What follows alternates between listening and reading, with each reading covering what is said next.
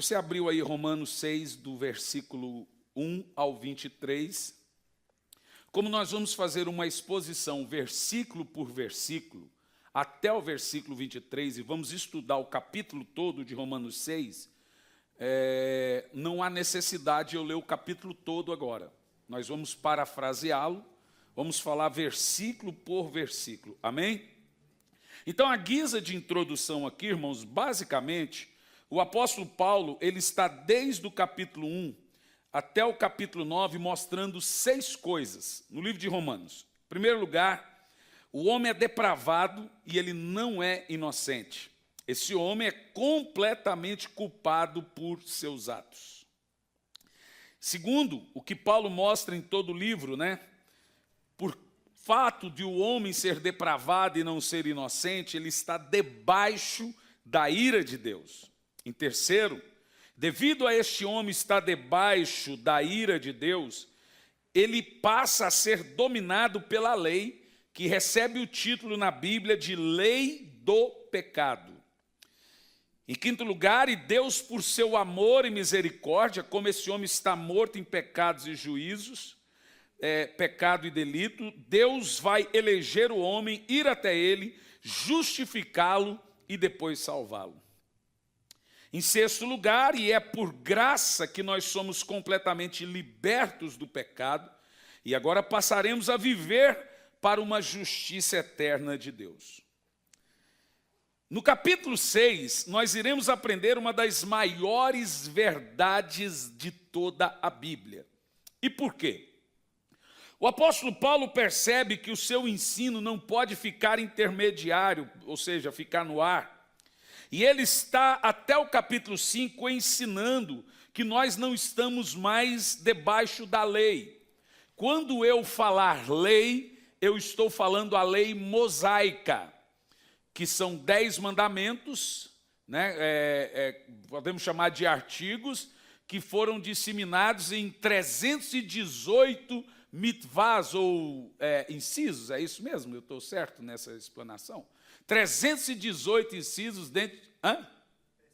Isso, dentro de 10 artigos.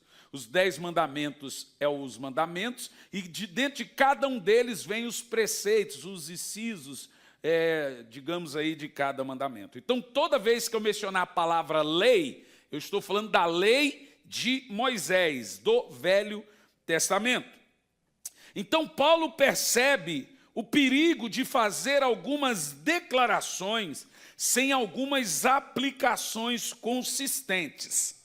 Então, Paulo escreve o capítulo 6 por causa daquilo que ele fala no capítulo 5.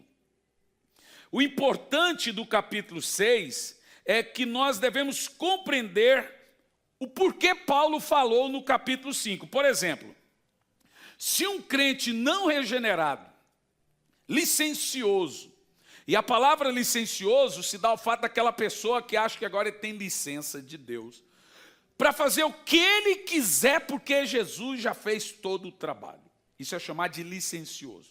O legalista é aquele que tem que pagar o preço ainda, mesmo Jesus já tendo que pagar o preço. Então tem o licencioso, que esculhamba com o evangelho, e tem o legalista, que ainda está preso nas obras da lei. Mas Paulo escreve o capítulo 5, e se você ler apenas o capítulo 5, você vai realmente pensar que você não pode fazer o que quiser, que não importa, não tem mais pecado. Mas Paulo é um homem cheio do Espírito Santo. Depois de falar as palavras que vamos ver aqui, algumas delas no capítulo 5, ele traz o capítulo 6 para confrontar o mau entendimento justamente da má interpretação do capítulo 5. Por exemplo, capítulo 5, do versículo 1, e capítulo 5, no versículo 20, olha o que Paulo fala. No capítulo 5, no versículo 20, Paulo diz o seguinte: a lei foi instituída para que o pecado fosse ressaltado. De qual lei Paulo está falando aqui? Da lei de Moisés. E ele diz assim, a lei foi introduzida para que o pecado fosse ressaltado. Mas onde aumentou o pecado, a graça superabundou. Você vê que é um texto que as pessoas amam. A gente ouve isso constantemente. Aonde transbordou o pecado, a graça superabundou. Agora, quando Paulo diz que a lei veio para ressaltar o pecado, o que ele está dizendo? O judeu sempre pensou que ele seria salvo praticando a lei. Paulo diz, não, você está equivocado. Paulo diz que a lei não veio para salvar, ela veio para apontar que você não pode ser salvo praticando ela, é o contrário. Paulo diz assim, a lei veio justamente para mostrar a pecaminosidade que existe dentro de cada um de nós. Vou te dar um exemplo, já dei várias vezes, mas vou repetir de novo. O camarada, a freira está lá no convento e diz assim para as mulheres, vocês podem ler qualquer livro da Bíblia, menos o livro de Cantares. Eu não sei te dizer qual livro que elas foram ler quando foram dormir, né? Ou então o camarada faz um grande hotel, cheio de vidros, e depois ele olha e fala, que lindo hotel que eu fiz. Aí vem lá o gerente dele e fala assim, é lindo, mas é muito vidro. O senhor sabe que vão jogar pedra aqui, né? O cara fala, você tem razão. Ele vai lá e põe uma placa lá, proibido jogar pedra. Eu não preciso te dizer que o que aconteceu depois, que ele pôs a placa proibindo jogar pedra. A lei veio justamente para proibir. E a partir do momento que a lei proíbe, você não consegue praticar. Aí você vai perceber que você precisa mesmo é da graça, é da misericórdia. Então Paulo diz assim, ó, a lei foi introduzida para o pecado aparecer. Porque com lei mostra que os homens não valem nada. Tira a lei. Você viu o que aconteceu no estado do Espírito Santo agora sem polícia? Os cidadãos roubando o estado.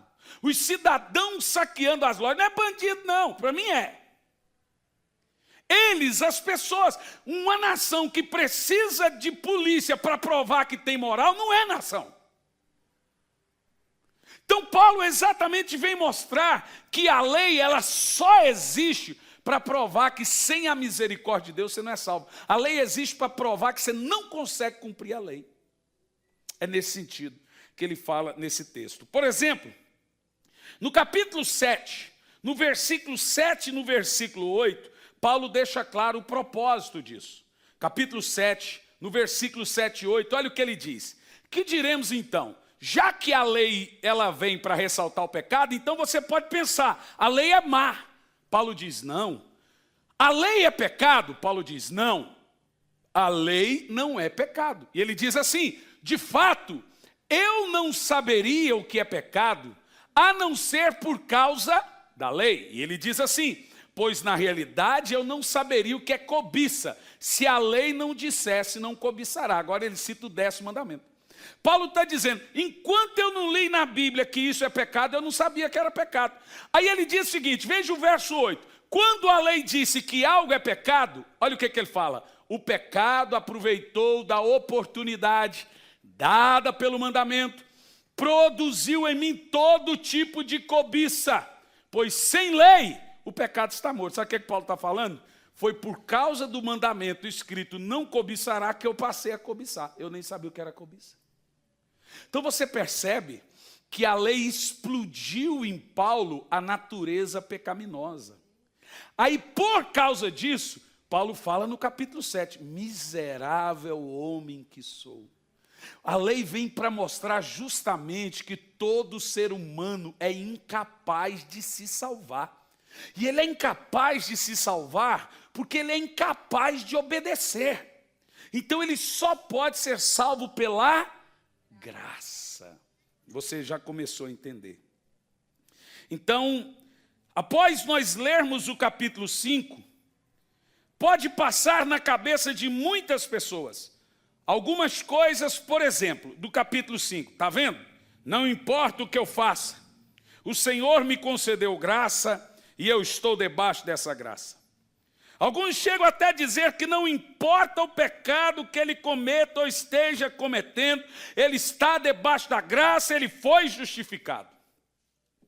Pior que isso, nós vemos que pessoas realmente, por ler o capítulo 5, se você ler o capítulo 5 sem o capítulo 6, você realmente vai pôr na cabeça, está vendo?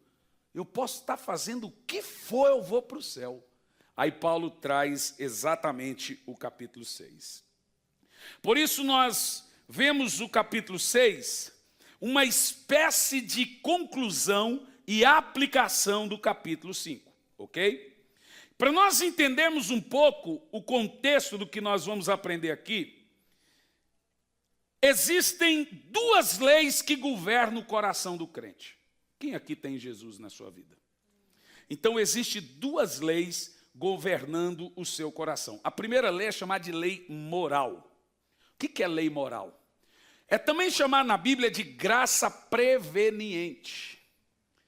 A graça preveniente é a graça antes da graça. A graça que salva é a graça que salva. Antes da graça que salva, você tem um senso de moral que Deus põe em você, para você não virar um demônio.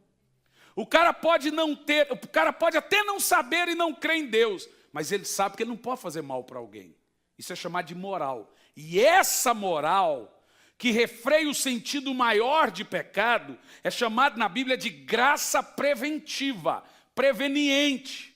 É aquele senso de moral que todo ser humano tem, de Deus, para não se tornar um monstro. Mas isso não salva. A segunda lei é a lei espiritual. Essa sim é a lei do Espírito. Em Romanos 5, versículo 20, nós temos a lei moral, cheia de não faça, não pode, não pode, não pode. Ela foi instituída para que o pecado fosse ressaltado. Amém? E a lei, ela é o moderador. Ela aponta para a malignidade nos meus pecados. Então, olhe bem para mim o que eu vou te dizer. Primeiro conceito a ser desconstruído. Nós não vivemos no tempo da lei, mas ela não está morta. O cristão não vive no tempo da lei, mas ele está sujeito dessa lei. Você mata? Então você obedece à lei de Deus que diz, não matarás. Você adultera? Então você obedece à lei de Deus que diz, não adulterarás. Você rouba? Então você obedece à lei de Deus que diz, não cobiça. Você adora ídolos? Então você obedece. Você já parou para perceber que nós praticamos a lei mesmo não estando debaixo da lei? Tudo que a Bíblia diz para não fazer, um bom crente não vai fazer. Quem está entendendo o que eu estou falando aí, diga amém. Agora, vamos lá dentro da exposição, para aprendermos então o que Paulo está falando no capítulo 6. Basicamente, irmãos, o que é graça, o que é lei, em síntese? De uma maneira simples, até simplória. Vou fazer um paradoxo aqui agora para você entender. Lei é um gramado verdinho com uma placa em cima dizendo não pise. Isso é lei. E se você transgredir isso, você é multado. Lei é o meio-fio pintado de amarelo. Significa que você não pode parar o carro ali. Isso tudo é lei. Leis são mandamentos que nós vemos. Tudo que diz não pode, não pode, não pode, é lei. E as leis de Deus, elas são feitas de mandamentos positivos e mandamentos negativos. Por exemplo, lá no jardim, você tem um mandamento negativo. Não coma dessa árvore. Mas, em contrapartida, você tem um mandamento positivo. Dessa você pode comer. Então, lei não é só não faça. Lei também é faça. Percebeu o que eu estou te dizendo? Isso é chamado de lei. O que é graça? Graça é o mesmo gramado verde sem a placa. O que você vai fazer? Onde é que está escrito que eu não posso pisar nesse gramado? Veja se não é isso que a igreja hoje faz. Onde é que está na Bíblia que eu não posso fazer isso? Estou na graça. E sabe o que a igreja faz? Ela pisa no gramado, ela esculhamba com tudo. Cadê o meio-fio pintado de amarelo? Não tem placa. Teve uma época que a pessoa colocou o carro aqui na porta aqui. Não está escrito aqui que não pode estacionar. Cadê o rebaixamento aqui da calçada? Falei, então por que não está escrito? Porque não tem, então você pode fechar o portão, belezinha? Não, então o senhor trata de pôr aí uma placa ou rebaixar a calçada. Veja que a igreja hoje pratica exatamente isso. Onde é que está escrito que não pode isso? Onde é que está escrito que não pode aquilo outro? Graça não é um mandamento que vemos. Graça é um mandamento que cremos. É praticar sem ver. É a lei de Deus cravada no seu coração. Você pode não ler aquilo, mas lá no seu espírito, o Espírito Santo está dizendo, não faça isso. Ou seja, graça não é um mandamento ou uma permissão para pecar. Graça é força contra o pecado. E esse é o teor de Romanos capítulo 6, que já começa agora no versículo 1 e 2. Romanos 1 e 2. Paulo vai nos ensinar como um cristão salvo, como um salvo, deve viver em tempos da graça. Pode fazer tudo? Não. Paulo diz assim, que diremos então? Você percebe? Ele vem no capítulo 5 mostrando os benefícios da graça, que a graça salvou, que você não se esforçou, que você, por exemplo, Romanos 5 primeiro, que diremos pois? Olha que texto poderoso de Romanos capítulo 5 primeiro, sendo agora pois sido justificados pela fé, tende paz com Deus. Acabou. O cara pega esse texto e fala, eu estou justificado, eu tenho que ficar em paz, posso fazer o que for que eu estou salvo. Aí Paulo vem no versículo 1 do capítulo 6, já acabando, diz, que diremos então? Continuarmos pecando para que a graça superabunde? Por que ele diz isso? Porque no capítulo 5 ele diz, onde abundou o pecado, a graça superabundou. Aí o crente licencioso, que é o crente não regenerado, ele diz, tem muito pecado aqui, porque tem muita graça aqui. Você já ouviu isso? Aonde tem muito pecado, tem muita graça. Ele pensa que a graça é dada sob medida. Se o cara peca demais, Deus dá um pouquinho mais de graça para ele. Aí Paulo diz, isso é palhaçada. Paulo diz assim, vamos continuar pecando para que a graça superabunde? Ele mesmo responde, que essa é uma pergunta retórica. Verso 2, responda, de maneira nenhuma. E agora ele joga a pá de cal nesse mau entendimento da graça. Ele diz, nós que morremos para o pecado, como podemos continuar pecando, vivendo nele? Você percebe que esse texto deveria ser suficiente para colocar temor no coração dos cristãos. Porque se você realmente vive em pecado, não é na graça que você está. Paulo diz que aqueles que estão na graça morreram para o pecado. Ele quer dizer que o pecado já não exerce mais força e domínio sobre ele. Isso é poderoso. Isso é tremendo. Diga amém. Um crente vivo, nascido de novo, que teve um encontro com Jesus, jamais viverá na prática do pecado. Viver na graça, como o apóstolo Paulo nos ensina aqui, é ser livre do pecado, mas não pecar e ser livre do pecado. É ser livre do pecado não sendo dominado por ele. Porque os crentes é assim, o ímpio peca e vai para o inferno, ele quer pecar e ir para o céu. Ele quer fazer a mesma coisa do ímpio e ir para o céu. Só porque um dia ele veio na igreja, levantou a mão e disse, eu aceito Jesus. Não é isso que estamos vendo hoje, gente. Irmãos, nós estamos numa verdadeira Babilônia teológica. É assustador o que você ouve da boca das pessoas. Terrível. Absurdo. Tem uma mensagem minha na internet, que tem mais de 106 mil visitas, que é sobre casamento, divórcio e novo casamento. Irmão, eu fui ler os comentários hoje nessa mensagem, chega, me assusta. Eles só faltam se matar. E de cada comentário, 9 está dizendo assim, eu acho, eu acho, eu acho, eu acho. Ninguém diz, a Bíblia diz mais. Todos dizem, eu penso ou eu acho. Ninguém diz, está escrito. A nossa regra de fé ainda é a Bíblia. Ainda é o assim diz o Senhor. ainda é o Urim Tumim de nossos dias, ainda é os 66 livros. Eu estou pouco me lixando o que você acha, querido. Eu quero saber o que a Bíblia diz. É isso que importa. Quem está entendendo? Aí um escreveu assim, então quer dizer que se eu adulterei e casei de novo, eu vou para o inferno? Eu falei, você está vendo como que o adultério é terrível? É melhor não adulterar. Vigia. Cuida, só não adulterar, ué. Ué, está vendo como que o adultério é terrível, irmão?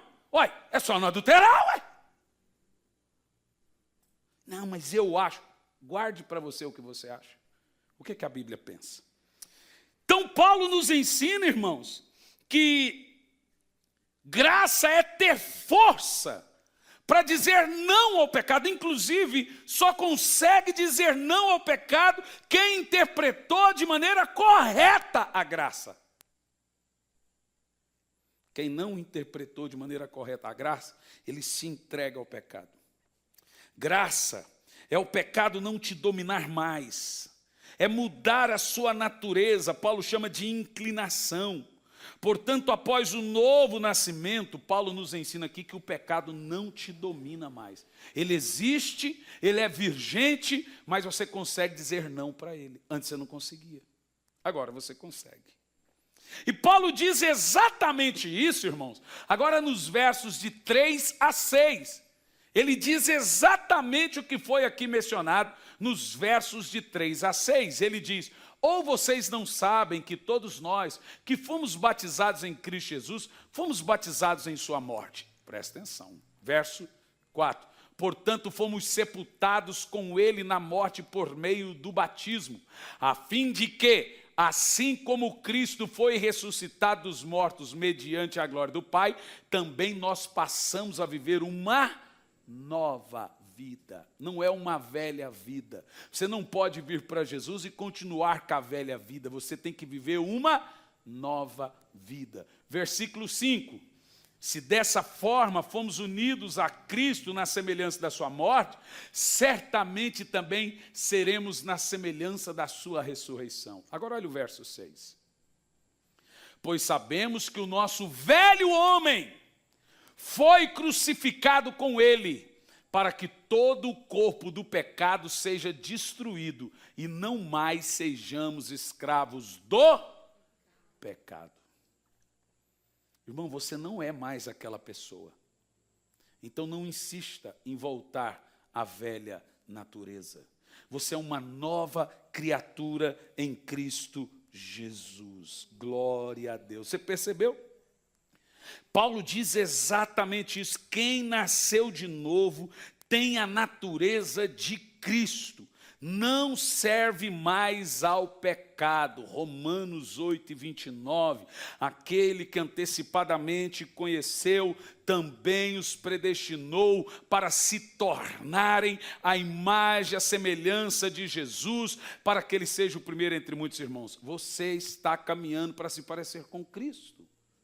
Mas você sabe o que me assusta hoje em dia, queridos? Sabe o que me assusta? É que hoje em dia parece que as pessoas estão regredindo na fé. 20 anos depois, elas estão piores como cristãos do que quando elas estavam no início da fé. Podemos analisar por nós. Você hoje é o melhor cristão hoje? Ou você piorou? Não é estranho isso, gente? Quem está entendendo, diga amém.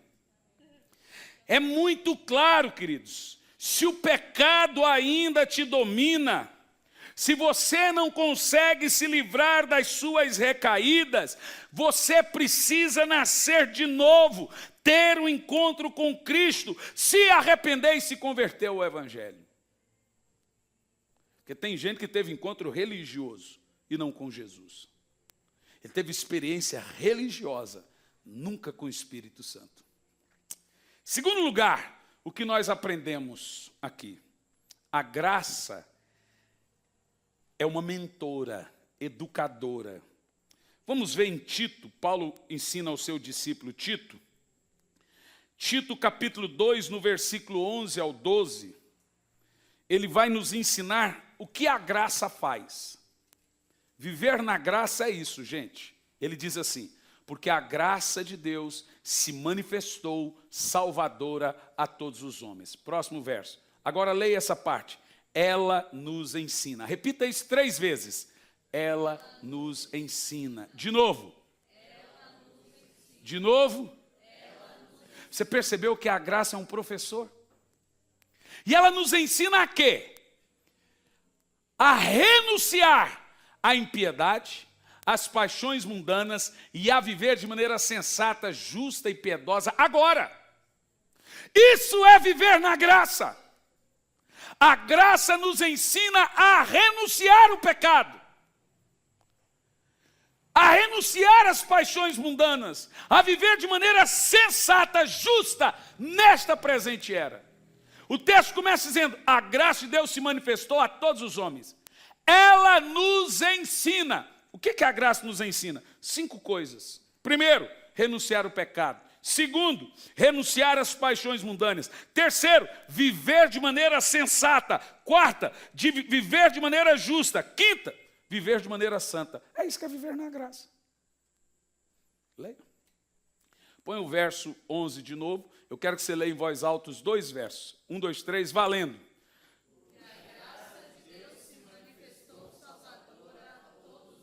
Agora vamos lá, verso 12. Ela nos ensina a renunciar à impiedade, às paixões mundanas, justa e piedosa nesta era presente. Quem está na graça aí? Aqui temos aí 5 passos de quem vive na graça. Em quarto lugar, Paulo diz que a graça, ela reina por meio da justiça. Muito mais do que te amar, Deus preserva a palavra dele. Então deixe-me te dizer uma coisa, Deus te ama, não te idolatra. Não pense que Deus faz um culto para o homem. Tem gente realmente que pensa que Deus ama tanto o homem. Eu ouvi Rob Bell dizendo que Deus ama tanto o homem que o homem pode estar indo para o inferno na hora do vamos ver, com o amor dele, ele não vai permitir o homem para o inferno. Ou seja, Deus faz um culto para o homem. Veja você que Deus te ama, mas Ele não pode desfazer um atributo por causa de outro. Deus não pode destruir a sua justiça por causa do seu amor. Se é justo você ir para o inferno, você vai para o inferno. Se é justo você ir para o céu, você vai para o céu. Você acredita que eu tive uma pergunta de um aluno? A pergunta dele foi, como que Deus pode ter ira se ira é uma obra da carne, segundo o que Paulo fala aos Gálatas? Eu falei, não, isso não pode ser uma pergunta séria. Obviamente, a ira que Deus chama de obras da carne do homem não é a ira de Deus. Fala da cólera, é a ira carnal. A ira de Deus é uma ira santa, uma ira justa. Ele ama e ele se ira justamente porque ele ama. É justo, é poderoso. E Paulo fala aqui, em Romanos capítulo 5, versículo 21, que a graça reina por meio da justiça, a fim de que assim como o pecado reinou na morte, também a graça reina pela justiça para conceder vida eterna mediante a Jesus Cristo. Isso é viver na graça. Deus é justo. Irmãos, deixe eu ensinar uma coisa para vocês. A lei do mundo hoje é a lei da igualdade e da tolerância. A de Deus não. Deus não é um Deus de igualdade, Deus é um Deus de justiça.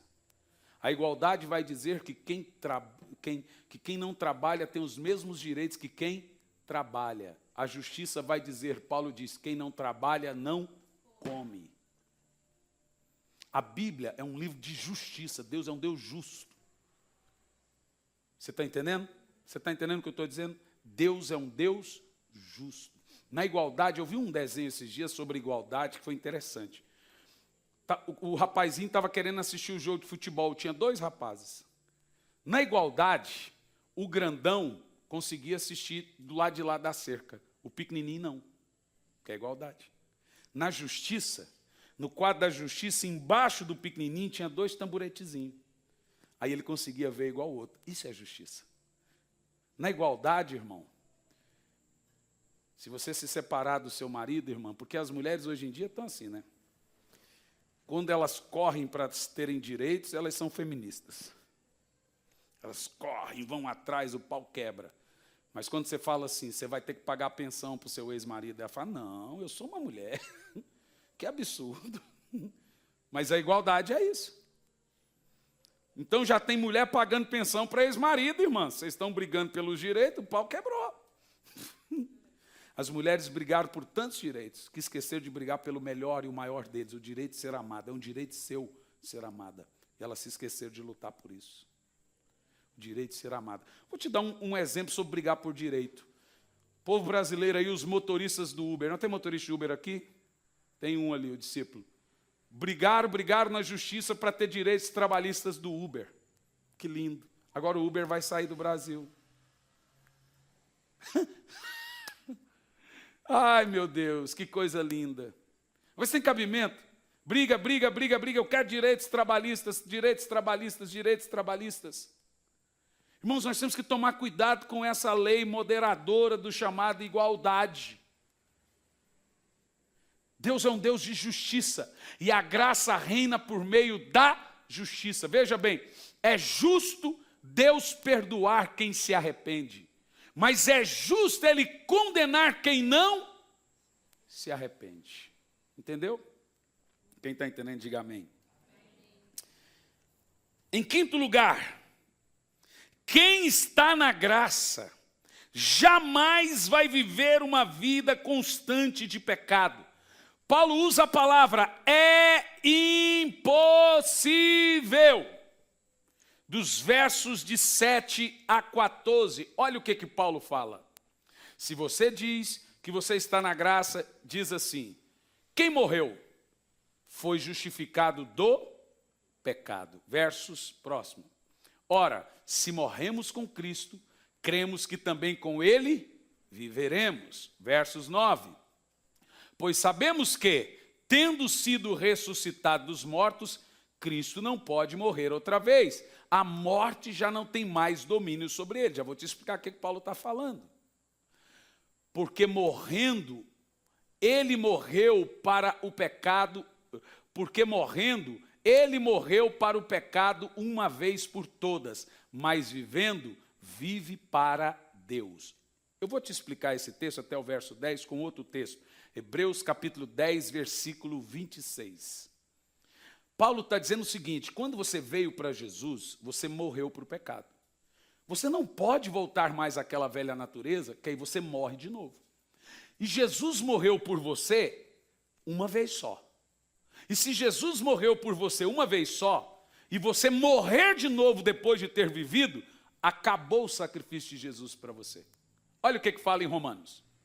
Sai daqui, Romanos.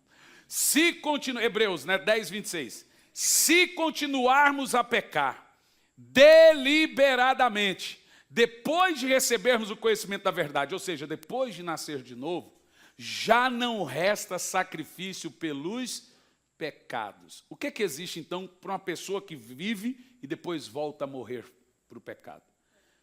Verso 27. Mas tão somente uma terrível expectativa de juízo e fogo intenso que consumirá os inimigos de Deus. Volta lá, Romanos de novo, capítulo 6, agora no versículo. Morrendo por o pecado, morreu uma vez por todas. Agora você vive para Deus. Ou seja, você tem Jesus, você veio para Jesus, não dá para voltar à velha natureza. Se você voltar à velha natureza, acabou o sacrifício por você. Jesus não vai morrer de novo por você, ele já morreu.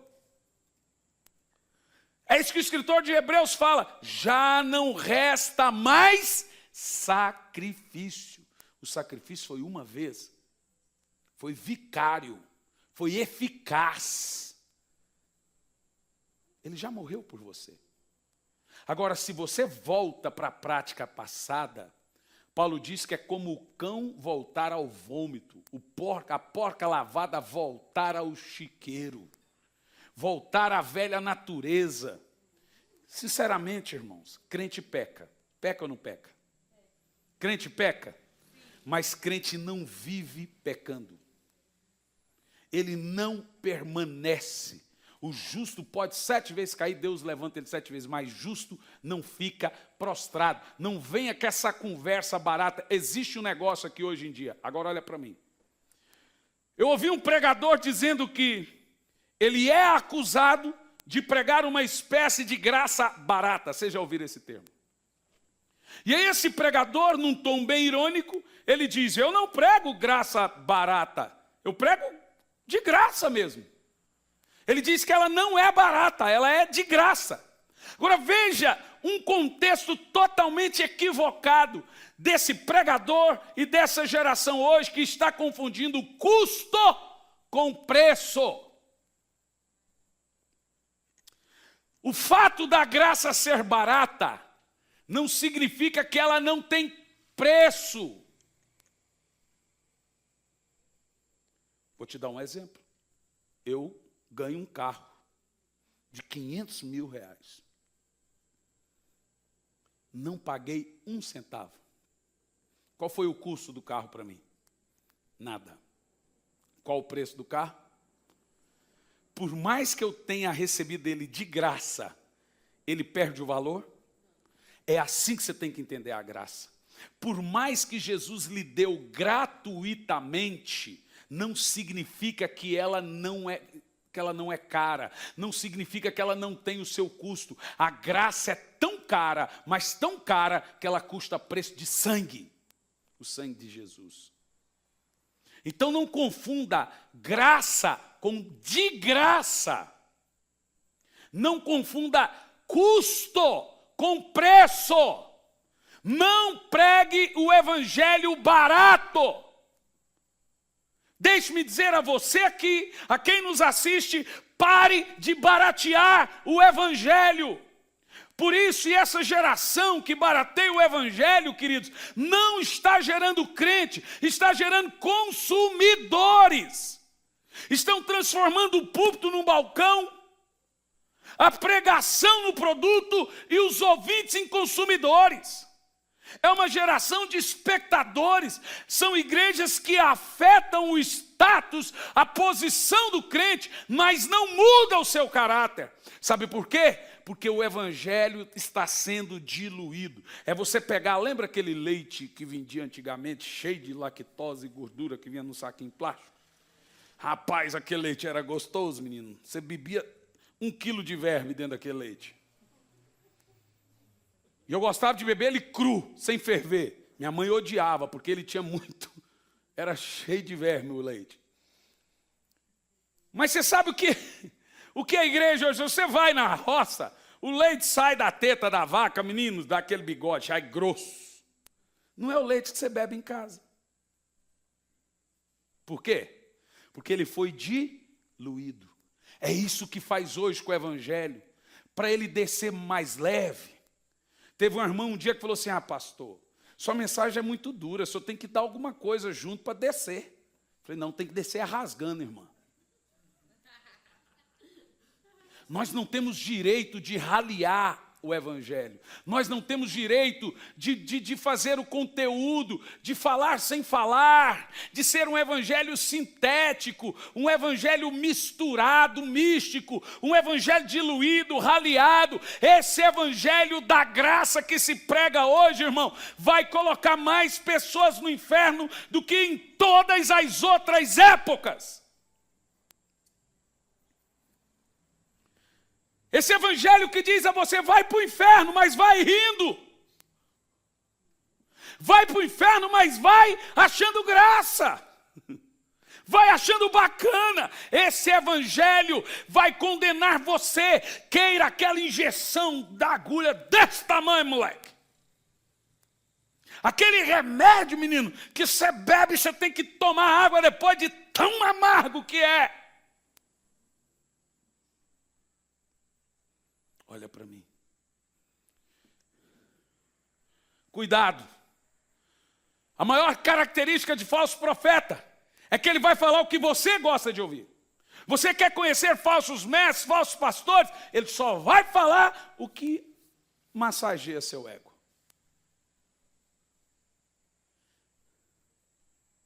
Cuidado. eu gosto de ir naquela igreja que eu me sinto bem. Você está na igreja errada. Vá para o cinema que você se sentirá melhor. Eu queria tanto ir para a sua igreja, pastor, mas tem muito hipócrita. Eu falei, tem lugar para mais um. Aqui é igual o coração de mãe, sempre cabe mais hipócrita. Eu queria me sentir bem, pastor. Vai para um shopping.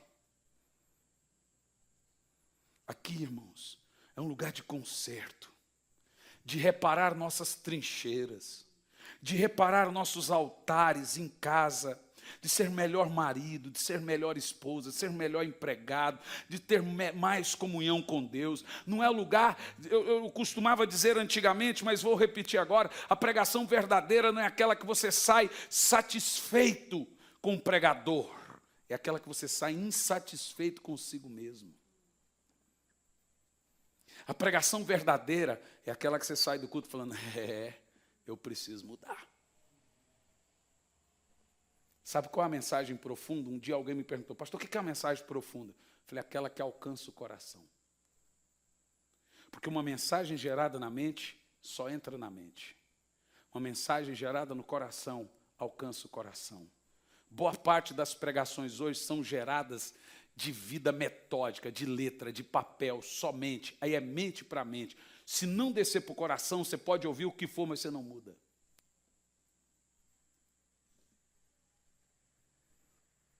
Eu estava pregando em Niterói, na Igreja Batista da Lagoinha. Um grupo de jovens vieram em mim. Disse, pastor, o que eu faço para receber coisas profundas de Deus? Eu falei, cresça. Como assim cresça, pastor? Por exemplo, Paulo chama os coríntios de meninos. Ele disse, eu nunca pude falar com vocês como adultos. Você sabe que tem igreja que você vai que você não consegue falar coisas profundas para eles? Você fala, você olha para a cara deles, eles não estão entendendo. Você vai pregar um texto desse aqui, que é profundo, tem gente que não entende, sabe por quê? Porque nunca cresceu. Você tem que falar igual menino. Você tem que ficar usando termos. Igual esse dia eu ouvi um pregador falando, antigamente, quando eu começava no ministério, chegava, irmão, você tem que falar com as pessoas termos, divino Espírito Santo, bendita Santíssima Trindade, bom Jesus dos milagres. Para as pessoas entenderem. Porque as pessoas não crescem em graça, não crescem em conhecimento. Então parece que você não está falando. Parece que você não está pregando. Eu falei assim, meu filho, você tem que crescer. Você dá joias para uma criança? Se você der joia para uma criança, ela come, engole, joga para o cachorro, joga no bueiro. Criança não discerne valor. Revelações profundas não entram em mentes e corações superficiais. Você nunca vai viver coisas profundas com o Espírito Santo enquanto você não aprofundar o seu relacionamento. Você vai ficar só em águas rasas. Se você vai por águas rasas, você vai aonde você quer. Se você vai em águas profundas, é o rio que começa a te levar. O Espírito Santo não tem guiado você ainda, porque você não aprofundou o seu relacionamento com Ele. Você não tem revelações, você não tem visões, você não tem sonhos, dons não se manifestam, porque você não aprofundou o seu relacionamento com Ele.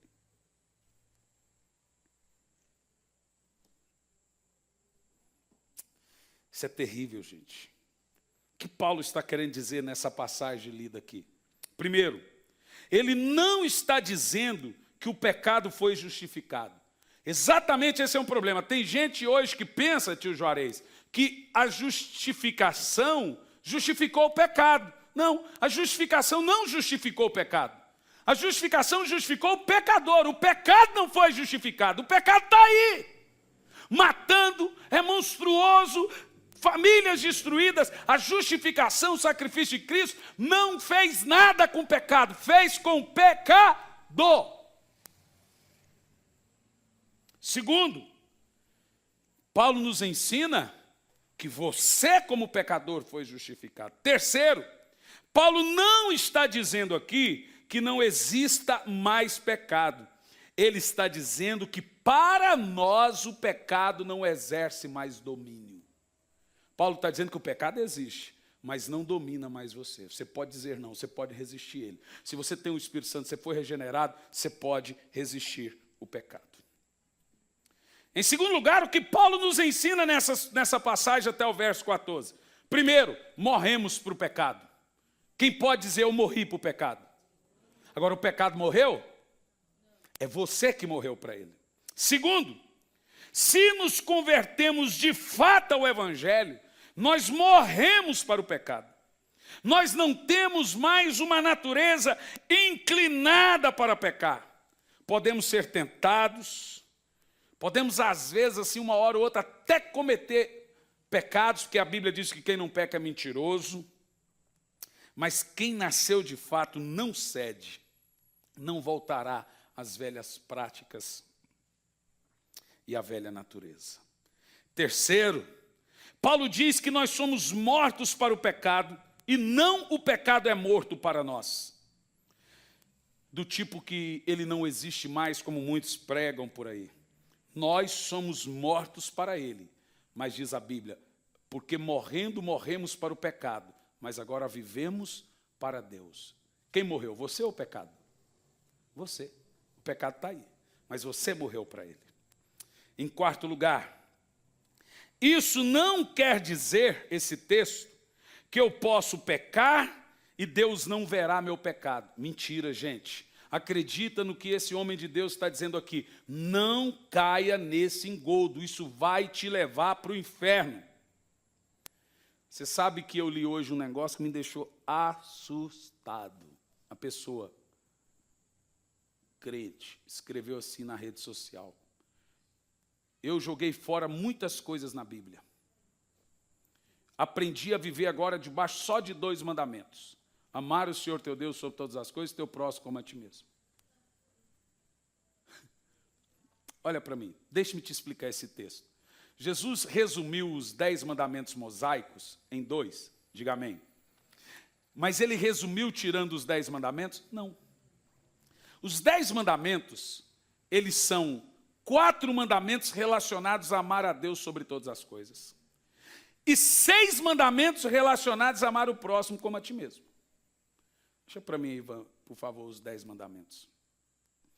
Quando Jesus diz que o Evangelho se resume a amar a Deus sobre todas as coisas, ele está falando dos 4 primeiros mandamentos dos 10 mandamentos. Quando Jesus diz que o Evangelho se resume a amar o teu próximo como a ti mesmo, ele está dizendo, resumindo os 6 mandamentos dos 10 mandamentos. Então você tem dos 10 mandamentos, 4 são mandamentos verticais, relacionados a Deus, e 6 são mandamentos horizontais, relacionados a amar o próximo como a ti mesmo. Achou aí? Vocês acharam? Êxodo capítulo 20. Vamos ver na tela. Porque esse é um texto muito mal interpretado. As pessoas realmente falam, eu posso fazer o que eu quiser, mas eu estou amando a Deus e ao próximo eu estou salvo. Elas falam, não, isso que é evangelho. E Deus falou essas palavras. Vamos lá, vamos ler. Eu sou o Senhor teu Deus, que te tirou da terra do Egito. 20, versículo o quê? Direto. Versículo 3. Vamos lá. Os 4 primeiros mandamentos são verticais. Os 6 últimos mandamentos são horizontais. 4 mandamentos são relacionados ao seu relacionamento com Deus. 6 mandamentos são relacionados ao seu relacionamento com o próximo. E diz a Bíblia, não terás outros deuses diante de mim. Amar a Deus sobre todas as coisas. Próximo. Não farás para ti nenhum ídolo, nenhuma imagem de qualquer coisa no céu, na terra e debaixo da terra. Amar o Senhor teu Deus sobre todas as coisas. Próximo. Não te prostrarás diante deles, não prestarás culto ao Senhor teu Deus zeloso, que castiga os filhos pelos pecados dos pais até a 3ª e a 4ª geração. Ainda está no terceiro, né? Mas trato com bondade, aqui na lei, no mandamento dos filhos, é o mais extenso. Mas trato com bondade até 1000 gerações aos que me amam e guardam os meus mandamentos. Agora vamos ao 3º mandamento, né?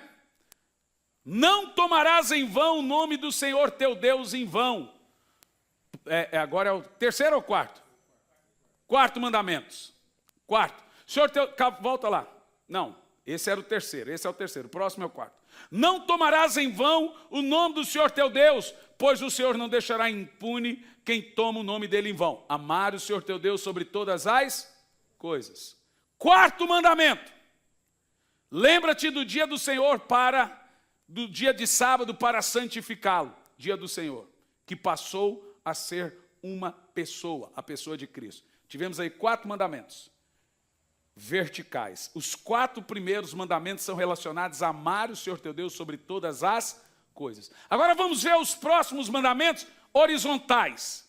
Vai lá, vamos contar. Versículo 12. 12. Agora, todos esses mandamentos, os próximos, são relacionados a amar o próximo como a ti mesmo. Vamos lá. Honra teu pai e tua mãe, a fim de que tenha vida longa na terra que o Senhor teu Deus te dá. Amar o próximo como a ti mesmo. Não matarás. Amar o próximo como a ti mesmo. Não adulterarás. Amar o próximo como a ti mesmo. Não furtarás. Amar o próximo como a ti mesmo. Não darás falso testemunho contra o teu próximo. Amar o próximo como a ti mesmo. Não cobiçarás nada do próximo. 6 mandamentos. Você percebeu? Quando Jesus fala que os mandamentos se resumem a amar a Deus sobre todas as coisas e ao próximo como a ti mesmo, ele não está diminuindo a lei não, querido. Pelo contrário, ele está dizendo, essa é a lei. Os 4 primeiros mandamentos é amar a Deus sobre todas as coisas. Os 6 outros mandamentos é amar o próximo como a ti mesmo. Se você praticar os 6 mandamentos, você ama o teu próximo como a ti mesmo. Se você praticar os 4 mandamentos, você ama a Deus sobre todas as coisas. Aí você pega uns crentes, cabecinha de formiga, que lê a coisa e quer entender do jeito que ele leu, sem nenhuma revelação bíblica, e fala assim, eu amo a Deus e vou ajudar o próximo, vou para o céu. Não é isso que diz a Bíblia. Falta de conhecimento é uma coisa terrível, né, gente? Terrível, não é? Viver na graça, irmão, não significa que o pecado não existe. Significa que você morreu para o pecado. Diga amém. O pecado ainda existe, é o pior de todos os males. Em quinto, ou somos escravos do pecado, ou somos escravos de Deus. Versos de 15 a 18. Esse texto, irmão, você sabe o que eu gosto de exposição bíblica, quando você estuda um capítulo? É que você vai brigar com a Bíblia se você não concordou. Vai falar com o escritor, o problema é seu. Eu simplesmente só estou expondo o que está escrito. Diz aqui, ó. Então, vamos pecar porque não estamos debaixo da lei. Meu Deus, por favor, você que me assiste, você que está aqui, é exatamente isso que se vê hoje. Vamos pecar porque não estamos debaixo da lei. Meu Deus, Paulo está dizendo exatamente o que sai da boca do povo, Marquinhos. Ele diz, vamos pecar porque não estamos mais debaixo da lei, mas debaixo da graça? Pergunta retórica. Paulo responde o quê, gente? De maneira nenhuma. Olha o próximo verso. Não sabem que, quando vocês se oferecem a alguém para lhe obedecer como escravos, tornam-se escravos daquele de quem obedece? Escravos do pecado que leva à morte ou de Deus que leva à justiça? De quem que você é escravo aqui? Você sabe o que Paulo está falando? Aqui ele usa a lei. Você sabe que depois de Moisés, Paulo é a pessoa mais importante da Bíblia depois de Cristo. Moisés é o legislador do Velho Testamento. Paulo é o legislador do Novo Testamento. Paulo diz, eu recebi do Senhor tudo o que vos ensinei. Se você não gosta de Paulo, questiona quem ensinou Paulo. Ele recebeu direto do Senhor tudo que ele pregou. Paulo diz o seguinte, aqui ele usa a lei. Como é que funcionava a lei? Toda pessoa que devia algo para alguém, de acordo com a lei, ele só poderia ser livre da escravidão se ele não tivesse dinheiro. O seu credor podia levar você como escravo. E para você ser livre na época, tinha que vir uma pessoa rica, um parente rico, e te comprar daquele credor, pagar a sua dívida. Mas você nunca mais deixaria de ser escravo, você passava a ser escravo do parente. Misericórdia, irmão. Escravo de parentes é a desgraça do mundo. Aí a Bíblia usa um termo aqui, irmão. Sabe qual é o termo? Parente remidor. O que é o parente remidor? É aquele bom parente que pagava a sua dívida, levava você como escravo, mas nunca te tratava como escravo. Você sabe quem é o nosso parente remidor? Jesus pegou a cédula. Cédula é um papel. É a carta de alforria. Você era escravo do pecado, do diabo, do mundo. Jesus foi lá e pagou sua carta de alforria e levou você como escravo. Você é escravo dele, mas ele não te trata como escravo. Paulo está dizendo que nós somos escravos dele. Apesar desse parente rico, esse parente remidor, não nos tratar como escravos. Paulo diz, faça uma escolha. Ou você é escravo do pecado, ou você é escravo de Deus. Eu, irmão, quero ser escravo de Deus. Ele não me trata como escravo. Ele me trata como filho. Aí a palavra, veja como Jesus diz, porque eu não vos chamarei mais servos. A palavra servo no grego é doulos, escravo.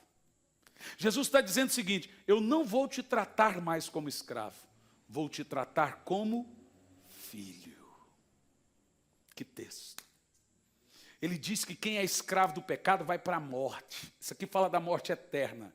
Mas quem é escravo da obediência vai para a justiça. Decida, irmão. Decida.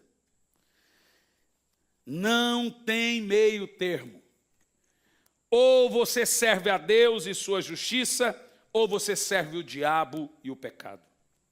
Estudando Romanos 6, irmãos, me deixa uma plena convicção que a maioria dos cristãos que enche nossas igrejas ao redor do mundo, o que eu vou falar é doído, não são convertidos, não são regenerados, não nasceram de novo. Pois nós estamos vendo todo tipo de pecado no meio do povo de Deus. Diga misericórdia. Eu não estou aqui falando com isso de cair em tentação, eu estou falando de acontecer, de viver na prática do pecado. Estou falando de adultério, sexo entre namorados, músicas profanas, bebedices, piadas sujas, imoralidade sexual diversas, mentiras e divórcio em cima de divórcio. E eu vejo isso com muita evidência entre a cristandade. Muita evidência. A lascívia entrou no corpo de Cristo.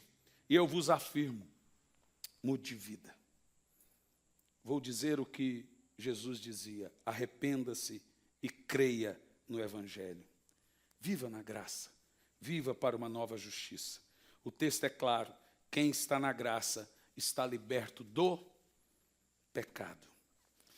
Se você não consegue deixar o pecado, é porque você tem que falar, Senhor, eu quero nascer de novo. Eu quero me converter. Talvez você teve uma experiência religiosa. Uma experiência com Deus. Entregar-se ao Senhor. E eu termino aqui. Qual é o modo cristão, qual é o modo de viver de uma pessoa salva, de um cristão? Versos 19 ao 23. Como você deve viver? Você pode fazer uma pergunta para mim? Pastor, como eu devo viver hoje? Faça. Eu vou deixar o apóstolo Paulo responder para você, dirigido pelo Espírito Santo. Falo isso em termos humanos, por causa das limitações humanas. Assim como vocês ofereceram os membros dos seus corpos à escravidão, à impureza e à maldade que leva à maldade, ofereçam-no agora em escravidão à justiça que leva à santidade. Verso 20. Quando vocês eram escravos do pecado, estavam livres da justiça. Que fruto vocês escolheram dessas coisas, a não ser vergonha e morte? Quem aqui se envergonha do que você já viveu no mundo? Eu tenho, irmão. Olha, eu nasci na igreja evangélica. Mas olha que eu já fui pior crente do que mundano. Tem mundano, eu já fui de tudo, só nunca fui gay. Eu nunca matei ninguém não, mas já deu vontade. Mas isso dá vergonha. Toda vez que eu vou ter o meu momento devocional, e vem em mim convicção de pecado, vem o diabo me lembrando, irmão, eu fico numa vergonha. Vergonha. Paulo diz, vocês não se envergonham. O que você se lembra? Qual fruto você teve do pecado? Só vergonha, humilhação. Olha o verso 22. Mas agora vocês foram libertos do pecado e se tornaram escravos de Deus. O fruto que vocês escolhem agora leva à santidade e o fim é vida eterna. Glória a Deus, aleluia. Olha o verso 23. Pois o salário do pecado é a morte, mas o dom gratuito de Deus é a vida eterna em Jesus Cristo, nosso Senhor. Terminamos o estudo de Romanos 6. Feche seus olhos. Fique em pé no seu lugar. Vocês perceberam que nesse capítulo vocês ouviram muitos textos que você costuma ouvir dentro da igreja. Mas você entendeu que o texto não pode ser lido fora do contexto. Você entendeu em que contexto está o salário do pecado é a morte, o dom gratuito de Deus é a vida eterna. Você entendeu? Você entendeu? E você sabe como você deve viver a partir de hoje? Sempre pedindo a misericórdia do Senhor. Sempre pedindo o Espírito Santo que lhe ajude em suas fraquezas. Feche os seus olhinhos. Vamos orar. Espírito Santo, nos ajuda. Espírito Santo, tenha compaixão. Espírito Santo, tenha misericórdia. Espírito Santo, nós nos rendemos ao Senhor.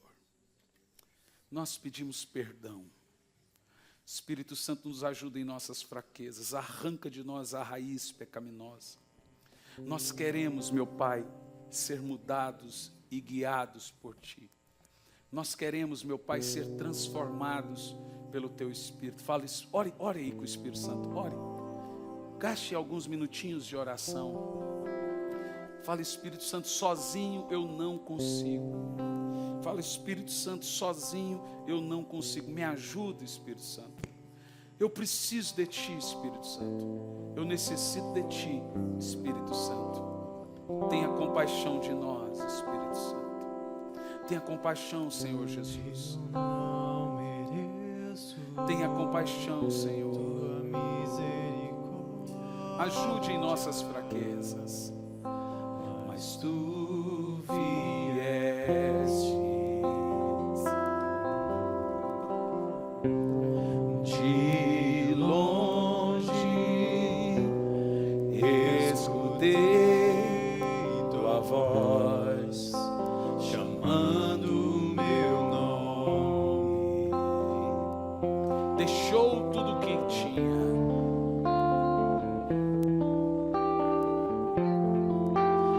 Deixou tudo que tinha para perdoar o mundo pecado. Quem pode agradecer Jesus pela obra de salvação? Levanta as mãos e cante, meu Salvador.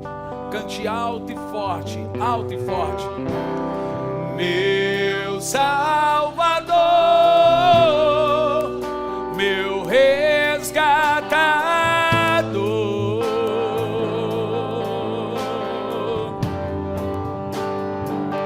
Redentor, Redentor, livrastes a mim, meu Salvador, cante, meu Salvador, meu resgatador,